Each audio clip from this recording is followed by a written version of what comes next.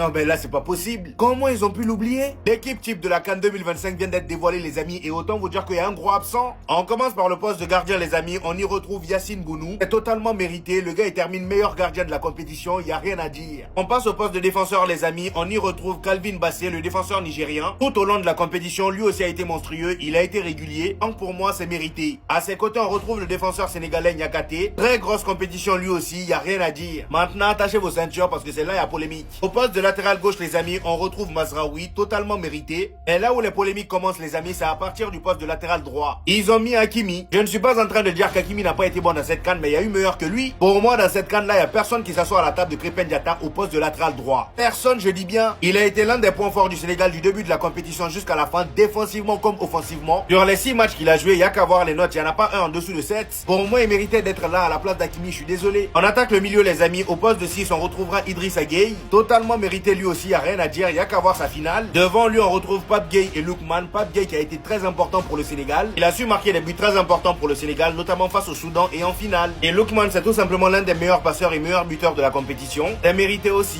On termine avec le trio d'attaque les amis. Au poste de 9, on a Osimhen, deuxième meilleur buteur de la compétition avec 4 buts. À sa droite, on a Brahim Diaz. Brahim Diaz qui a mal terminé la compétition malheureusement avec ce penalty. Le gars a terminé meilleur buteur de la compétition et je pense même que si le Maroc remportait cette CAN là, eh ben il aurait été aussi le meilleur joueur de la compétition. Donc c'est totalement mérité. Au poste d'ailier gauche les amis, on a Sadio Mané, meilleur joueur de la compétition. Alors pour le reste, on a besoin de rentrer dans les détails, non?